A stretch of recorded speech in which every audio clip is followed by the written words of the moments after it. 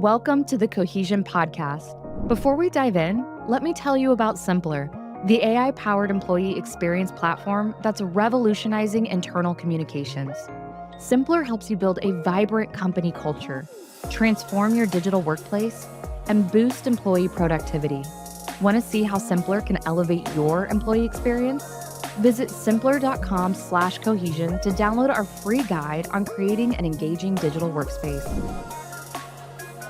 Hey everyone, welcome to another edition of the Cohesion Podcast. I'm Miriam Connaughton, the host and Chief People Officer at Simpler, and I'm absolutely delighted today to have an old friend of mine who is so many other amazing things besides, Edie Goldberg.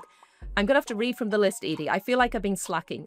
Future of Work thought leader, you absolutely are. I always come to you for ideas and thoughts on that. Chair of the board for the Shrum Foundation, author, speaker, board member, entrepreneur with your own thriving business over more than 20 years, and just all-around lovely person. I feel like I've been slacking, Edie. How do you fit it all in? I just refer to myself as the juggler. It's a lot, but I certainly never get bored. For sure. And so we like our listeners to get to know. I know you well. I've had the pleasure of knowing you for many a year now, but let's kind of just do a few little icebreaker personal questions. You're a prolific reader, I can tell. You're also a published author too, I know. But what was the last book you read, just maybe for pleasure, not for work or business? Oh, wow. Not for work, because I was all prepared to say what I read for work. You know what my problem is with reading for pleasure? And I will tell you, it's something it's called like In the Woods was a book that I read. But my problem is I now read on Kindle because I like to take my Kindle when I'm traveling. And I don't have the version that like tells you what book you're reading. So I get really into my books, but then I can never remember the name of the book and it drives me insane. But I'm a voracious reader. So there For you sure. go. Into the Woods. There you go. Okay. Nice. And what was the last business book that you read then? You will understand this because he's a former colleague of both of Yeah. ours. The Skills Powered Organization by Ravin Jesuthasan. Yeah, most definitely. Yeah. Yeah. He's a prolific author too. Very good book. I've read that too. So when you do switch off, you read a little bit. Do you have like one of those guilty binge watch pleasures that is like your kind of way of switching off and tuning out? Yeah, this is like my husband and my time together. In the evening after we've had dinner and we've finished with work, we put everything aside. We've been binging Night Agent on Oh, Netflix. okay. Really good. Oh, I'll add that to my watch list. I've heard of it, haven't watched it yet, but yeah, Yeah. I'm always up for what's my next thing for sure. Well, delighted to have you here, and there's so many things we could talk about. I've had so many interesting conversations with you over the years, but as you and I were chatting, there's one thing. This is kind of selfish, Edie, because I want to solve, as many CHROs do, performance management. It's universally reviled, I think, in most organizations, or at least maybe reviled's a strong word, but often you'll get that eye roll. No, it's pretty accurate. It kind of is, yeah. When you say, "Oh, it's come on, everybody, it's year end or it's mid year," and you'll get, "Oh, we got to do performance reviews."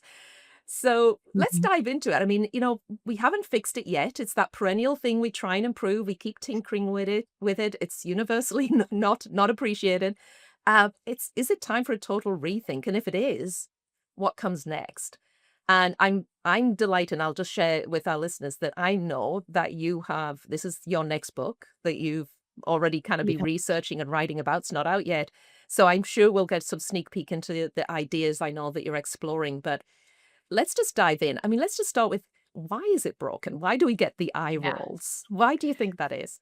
So I think it's important for your listeners to understand, I'm a researcher at heart. I'm an industrial organizational psychologist by training. So research is somewhat my first love. And yes, I have taken on the task of writing a book about, and it's actually kind of written, but it has to be reviewed and edited, and it takes forever for a book to come out. But the book's called Performance Enablement. And so in creating the book and thinking about this topic, uh, I really had to dive into the research, like what is broken, what's going on. So you see a lot of the high level, like people hate it, blah blah blah. So Mm. why do people hate it? Well, only about 35% of people feel that their goals are actually aligned with the company's objectives. So they're not connected to what's happening in the business.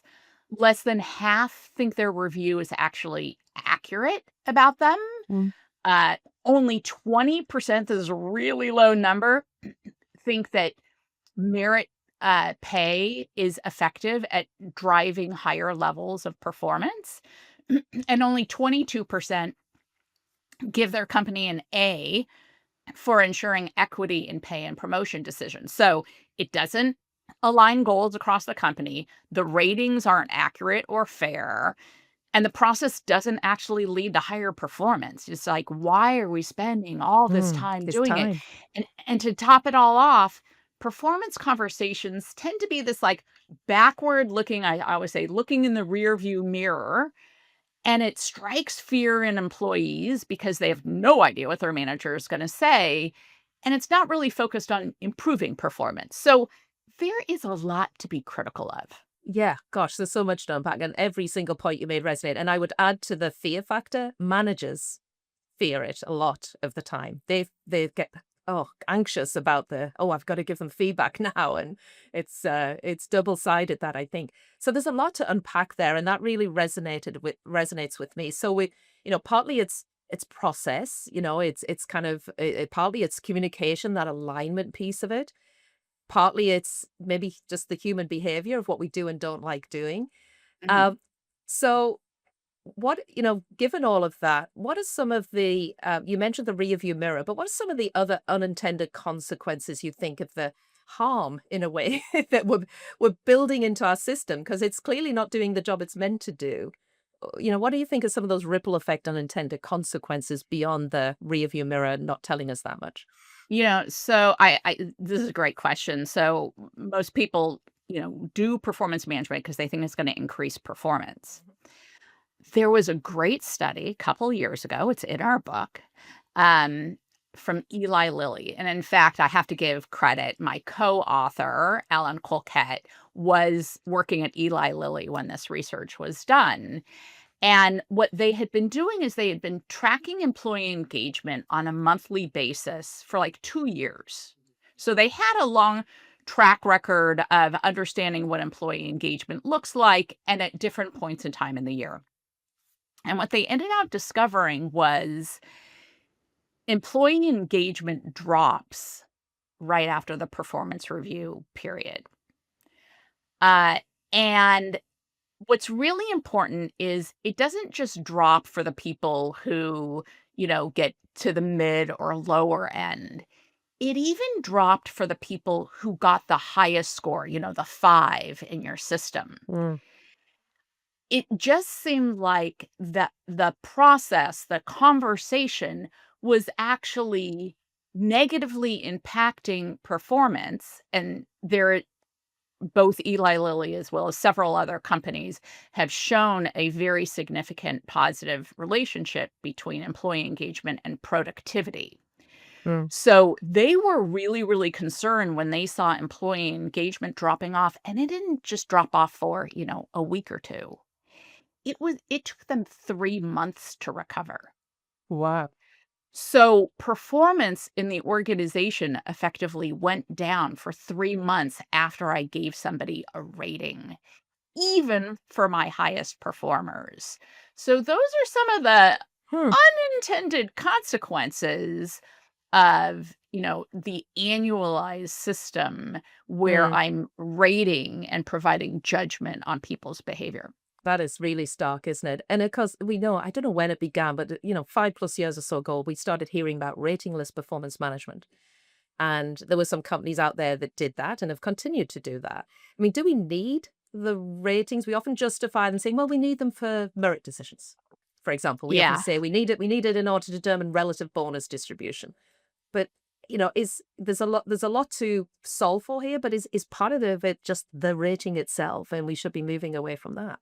So I'm a little biased on this, I will admit. And, we certainly solve in the book for people who need to have or really want to have ratings and what you should be doing. But the problem is and there is just a ton of research on this. So remember, everything that I'm sharing with you is Right. evidence-based, based on, years and years of research. The problem with ratings is there's so much bias built into the ratings. In fact, they say ratings tell you more about the manager giving the rating than it does the employee. So often ratings are influenced by things not just about your performance. And this is my problem is we call it a performance rating, Mm. but what goes into the performance rating? How well my manager likes me, how I was rated previously, what the distribution is of my team, and if I have to give a normal distribution and maybe I can't get rated high because somebody else is getting rated high, Mm. where I am in my pay band. Often that rating influences what kind of increase I might get Mhm. in my pay. And so a manager might inflate or deflate a rating because they want to get to a certain pay outcome. Or am I a flight risk? Or do I have a critical skill? All these things go into that rating. So, um, it's a problem. And then my other issue with individual ratings is as we really start to think about how we work today, most of what we do, our work's really complicated, so it has to get done in a team. And so trying to rate me individually for what I achieved seems a little bit like a farce because it really takes a village, Mm. to achieve outcomes in the organizational environment. So I think rating people on individually on performance, what they've accomplished, that's a little problematic today. So, I mean, ratingless performance management isn't for everyone because in certain environments, job types, the mechanics of it do have a benefit. But if we move away from having ratings, and we'll dive into this in more detail about kind of the look ahead, but how do you propose addressing some of those mechanics pieces? Divorcing that comp, the bonus decision. If you don't have ratings, how do I decide relativities? Because that's kind of one of the mechanical arguments, isn't it, for having a Yeah. rating system? So my line that I use quite frequently is compensation has hijacked the performance management bus. And really performance management has been to distribute pay Hmm. and not about driving performance. So everything, that I've written in performance enablement is really about how do we drive performance in organizations and not worrying about pay. But of course, you have to solve, you have to help if you're going to say Hmm. Yeah. delink these.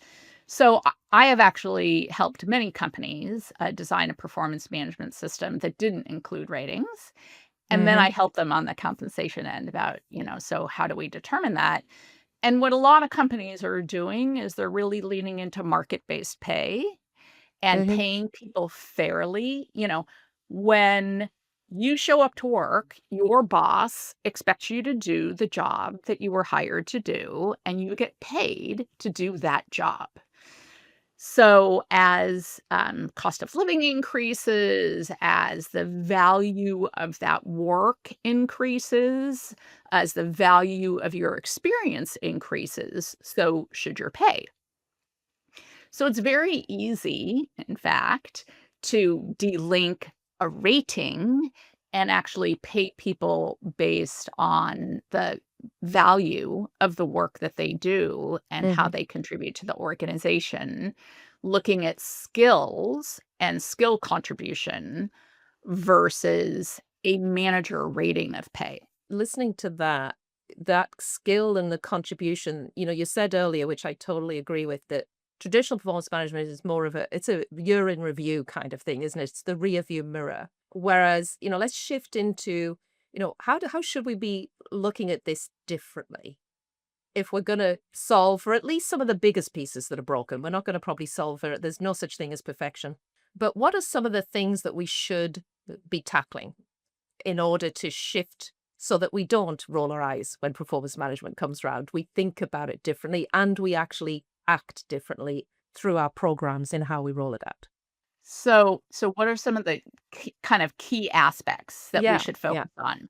So a couple of things. One is I'm a big believer in goal setting, right? If I Hmm. say, this is all evidence based, the one piece of research that has like never been disproven through any kind of study that I'm aware of is goals are really important. Setting specific difficult goals helps people to achieve more than not setting goals. So, big believer in goal setting, but we need to help set context for people. In fact, today a lot of employees, they wanna have autonomy in their work. It's hard to have autonomy if I don't understand the why behind what you're asking me to do. Hmm. Or it's hard to be kind of connected to what my organization is doing if I don't understand kind of the broader context where we're going as a business, how what I'm doing, kind of aligns to all of that. So I think context is really important and setting goals is really important, but we have to set the context first.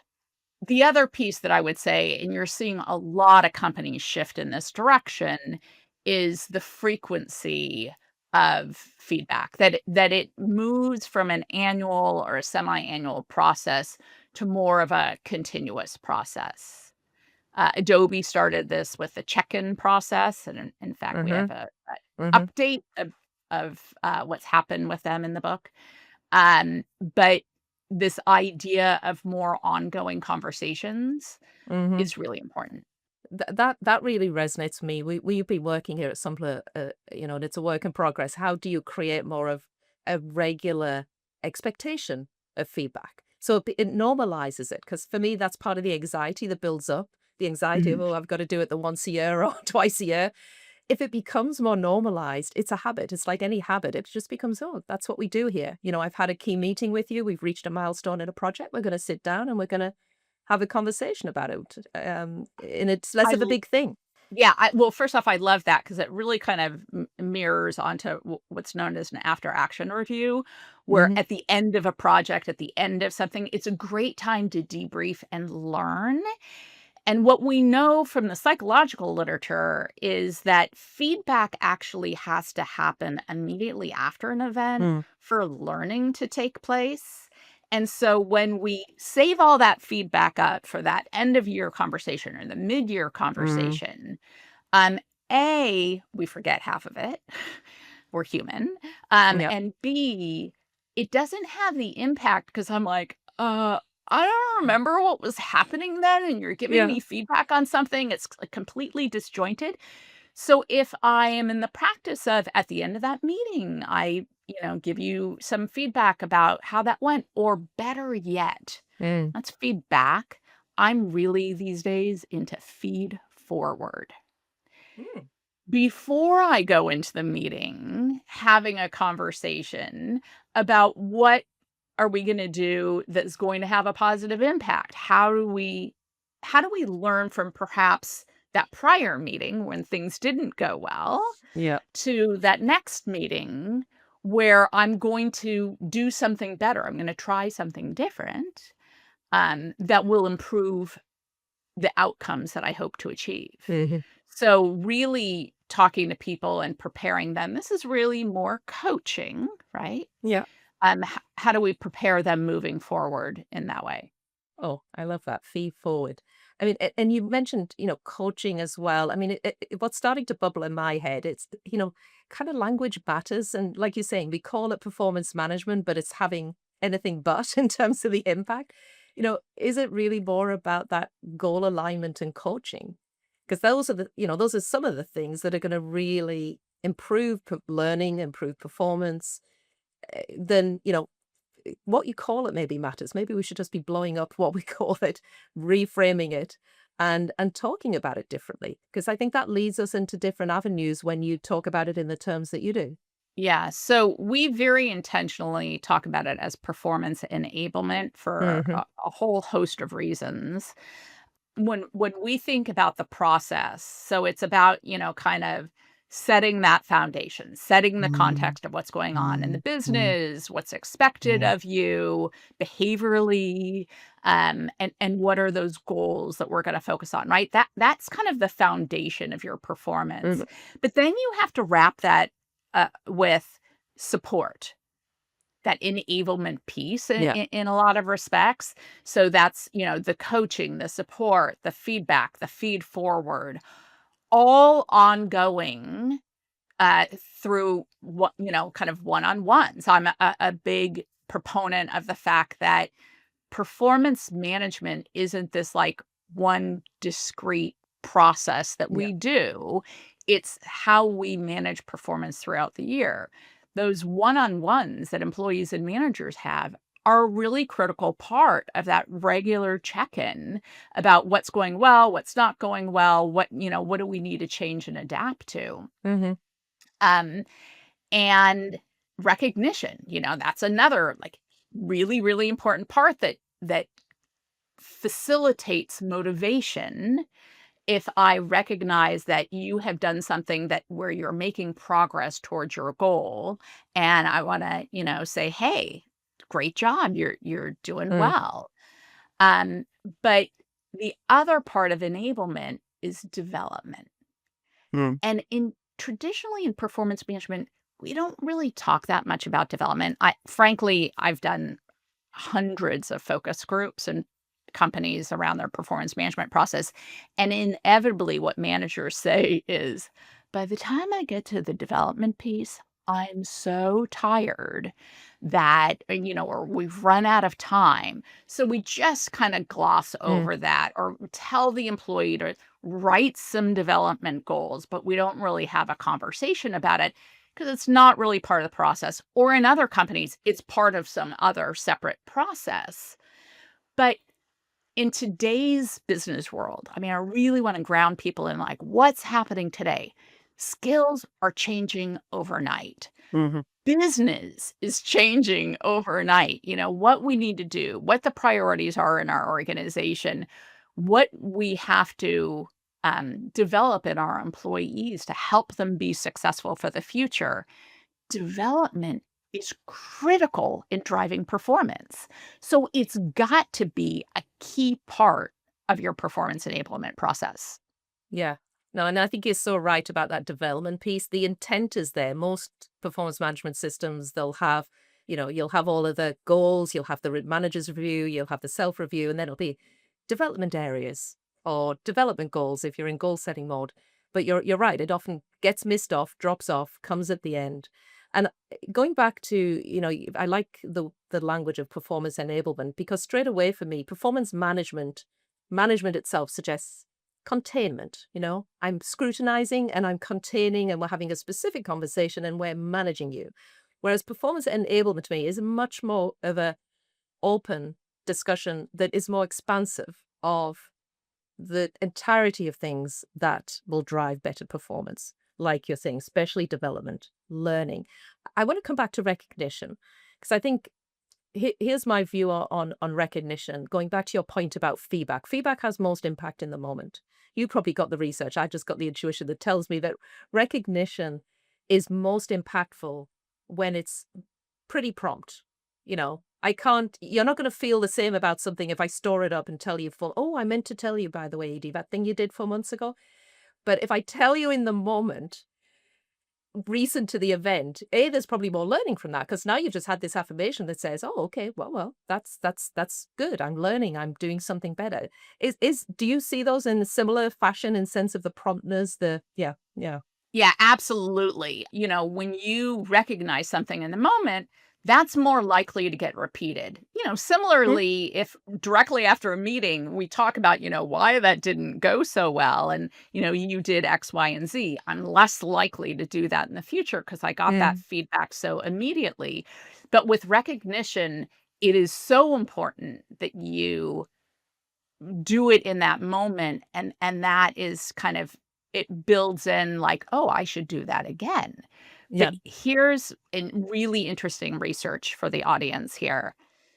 Genuine personal recognition from a manager has a longer lasting and more positive impact than a small bonus or some kind of monetary reward. Like, I know a lot of companies have reward and recognition systems where, you get a $50 Starbucks card or, Amazon or whatever, which is a nice financial, like, little bonbon. But hearing it from your manager, getting that eye to eye feedback of you did good, this really worked, has it lasts longer in their memory. You put $50 in my checking account, $100. I don't even care if it's $1,000. I am going to remember what my manager said. And if I like public recognition and they did it publicly, Yeah, all like the better. all the better, then that has a better, bigger, more lasting impact than the money that I just, Yeah. goes into my paycheck and I pay groceries with it. Yeah. No, I'm a big believer in that. And like you said, it's a relatively small thing. It's free. Well, you can tie rewards to it, but just the act of itself, it's free. And it does have that lasting effect. And it can be literally something as small as just a statement or two. And then you walk a bit taller and your day goes a lot better and you remember that. Yes. Yeah. No, I'm big believer in that. And so I love this performance enablement piece, but you just kind of said something there about, kind of it becomes a habit. And anything new does. When we're changing things, the more we practice them, it becomes a habit. When we think about, the manager has such a key role in all of this. With everything that you're saying, it's really more about kind of more frequent feedback, more frequent recognition, coaching, more regularly, changing how you have the development conversation. What are some of the things we should be thinking about differently about how we support managers to be more effective? Because they are so important to that overall employee experience and how they engage around the whole topic of performance enablement. And we actually looked at this. So we did some original research to support us before we started writing the book. And we looked at the role of training managers and training employees in the likelihood that a company would achieve their desired outcomes with their performance management process. And next to senior leadership support, providing manager and employee training was really, really critical to achieving your desired outcome. So managers need those new skills. Employees need new skills also. They need to know how to ask for feedback, how to give other people feedback. And importantly, they need to kind of understand the process and what's expected of them. For, I don't know, the last decade or so, when I've been helping companies to redesign their performance management systems, performance management has kind of been the linchpin or the vehicle through which a lot of companies are creating culture change. So we want to be a more empathic organization. We want to, be a high feedback culture. We want to be a high performance company. How do we get there? What is that culture that drives that outcome? And it's often through performance management that we kind of reinforce that culture that we want. And so having manager training in what does it mean to coach employees? What does it mean? How do I provide recognition in a way that's not just through that system where I can just, click a box and send somebody a $50 Amazon card? And I'm not poo-pooing those systems. I think that's really great. And spot bonuses, absolutely have their place. But how do we really help managers understand the role that they play in that manager-employee relationships? Because it's still true. People don't leave their companies. They leave their managers. So that training, that enablement of that role is really, really important. For sure. In fact, we kind of went so far, and this relates to an earlier book that I wrote about how should the role of the manager evolve and change. And there's some managers many managers who are really great at leading the work, Hmm. right? They're project managers and they're perhaps best in their technical field, but perhaps people management isn't their thing. Hmm. And a lot of people get into management because it's the only way to move up the career ladder. Hmm. Uh, but really innovative companies have multiple career paths where you can become a people leader or you can become kind of a guru expert in your field. Hmm. And you can still advance in the same ways, but without having to lead people. I think that's Yeah. very, very important. But I think in the future, we're going to see a bifurcation of the manager role so that some people are more project managers. Hmm. And then people who really enjoy developing, coaching, facilitating people's careers, they're going to be more of that performance coach, Hmm.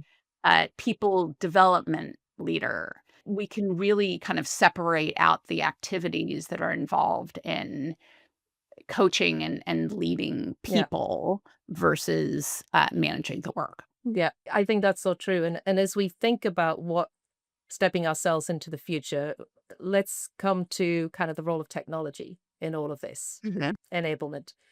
There is the technologies we're familiar with that we kind of traditionally use today for performance management and various related kind of programs with and processes. But there's everything that AI is already starting to bring us, everything from having your own AI assistant coach, having it prompt you and suggest how to write the performance review when you give it some inputs. Lots of things besides. I mean, what's your view when you think about the role of technology and everything that we've been talking about as we reimagine performance enablement? Yeah, this is really important. In fact, we have an entire chapter on how technology is changing performance management for performance enablement. Mhm. So, for one, we have many, many new ways to objectively measure performance. So, where we can reduce manager bias, Mm, right? So, all the reasons I talked about why ratings, aren't yeah. very good because there's all this bias and other factors. Today, through many technology systems, whether it be AI or other systems, we have ways of capturing kind of what people are doing on the job. We see this in trucking, for example. I can tell, if you're making a right turn or a left Mm, turn and is that efficient, or I can tell mm, if you're going the speed limit or how hard you're braking. And I can tell a lot of things because of the technology in the car. If I'm a customer service representative, I know how quickly I handled that customer at the end of the mhm, call. We often get that, will mm. you Some provide this person survey. with a Yeah. rating? So I get immediate feedback on, the resolution of that call. Does that get kicked up to somebody else, or am I able to resolve that call? All of those are more objective ways of measuring performance. Now, there's less of those objective measures in knowledge roles, Hmm. more in kind of service and manufacturing roles. But nonetheless, technology is really helping us more effectively, objectively measure performance. But what I love about AI and Gen AI in particular is now we can gather input from a lot of different sources. So no longer is it just my manager's feedback, but it might be my teammates' feedback. It could be my customers' feedback. In fact, I Mm. might be getting all these digital sources of feedback, and that Mhm. can get integrated with what people fill out a form, or maybe there's a survey that provides, certainly if you're a manager, an employee engagement survey, that's a piece of feedback into your performance.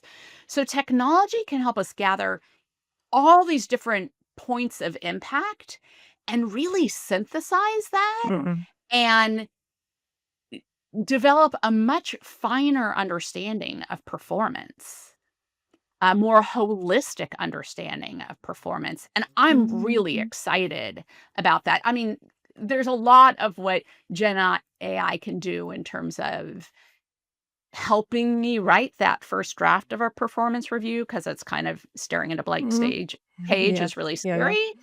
scary. But it's more important about synthesizing the Hmm. information and bringing up that all together and helping me to see the key themes that are coming out. That's really what's exciting about how this evolves. Yeah, no, I'm with you on that ability, that promise of just richer insights from analytics from multi-source and making it easy at the point of use kind of thing, at the point of delivery, whether it's the manager, the employee, whatever it is, and having it more real time, I think. I think that's part of the promise that there's not that much of a lag. You were talking earlier about the rear view mirror Yeah. concept. If you've got that more real time, it's more prompt, it's more current. So therefore it's going to be more impactful and relevant to you. I think there's a lot of promise there. What about the kind of other aspect, and we're starting to see these tools coming into the market where you almost have that personalized performance coach that can pop up and you can ask it questions and it will give you ideas on, well, how do I improve in this? Or if I'm a manager, it'll give you ideas and prompts on how to go have that conversation with that person or how to deliver that difficult feedback. Lots of different ways that that's going to evolve for sure. But how do you feel about that aspect of, that digital performance coach entering the whole process of performance enablement? Yeah, I'm really excited about this idea of kind of democratizing coaching for Hmm. everybody. Hmm. Coaches are expensive. And so, we only give coaches to senior leaders. Hmm. But now with these AI coaches, everybody can have access to a coach that can help them through challenging situations. And, some of them are pretty good, um, especially when they are well-trained systems. So you can ask ChatGPT, Yeah, you and can frankly, today. I've done this myself. I'm going to be in this tricky situation. I have to have this delicate conversation with somebody. What should I think about? How do I approach it? And ChatGPT can give you a great Mhm. answer. But there are a lot of now tools becoming available in the marketplace that have been trained, that can provide, if you will, more refined, better educated systems, for providing personalized feedback. And what's really great, I was blown away when I saw this recently. You know, if it's AI enabled, it understands your role, your goals, Mhm. how you've been performing, and it can really and, kind of what training is available in your company, et cetera. It can really provide personalized, dialed in feedback, coaching that can help you accelerate your career. Mm. And this is really revolutionary, I think, for companies and very exciting for everybody. The Mm. pace of learning and is really important, within companies to help people going. But everyone has to remember these systems, how good they are today, Yeah. they're the worst they'll ever be. Yeah. No, They're that's true. getting so much better every day. Yeah. And so I do think this idea of an AI enabled coach Mhm. that will help me is going to be at everybody's fingertips in Yeah. the future. I'm with you on that. It's that idea of that personalized performance enablement you were talking about earlier.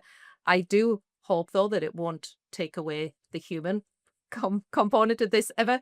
So, as you look to the future, what's your greatest hope and maybe your greatest fear as we, in the context of addressing performance? Let's call it performance enablement. I like that much better than performance management.